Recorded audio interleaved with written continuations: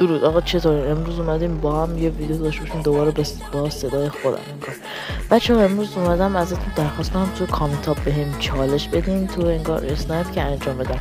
بچه ها من مزیابنگ نیستم که بهم بگین مثلا 360 هیپ فایر بزن از اون سر مپ بخوره، مثلا که چالش در سطح خدا یکم بالاتر بدین، مثلا تو مولتی اسنایپ بهم بدین تا من انجام بدم و ویدیو کنم. ببین بهتریناشو در واقع بهترین یکیشو پین میکنم و انجام بدم. باز این رو که گرفتن به غیر از اون باز دوباره یکی دیگه هم مثلا پیدا میکنم تو کامنت باز اونم انجام میدم.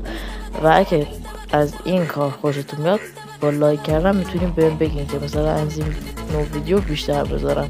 و اگر تازه دارین این کانال رو که 100% تازه دارین الان این ویدیو رو میبینی، لطفا چنل من رو ساب کن. نه چیزی ازت کم میکنه، نه اصلا میخواد پولی بدی وقتی کنی، فقط یه حمایت کوچیک از من، همین. فهمیدین دیگه؟ یه چالش ازتون میخوام، فقط بریم تو کامنت ها بدین. و بچه من یه مدت فعالیتم خوابیده بود، الان دوباره شروع کردم، چند روز درمیون میذارم تا بخوام ادیت کنم دیگه. گود بای.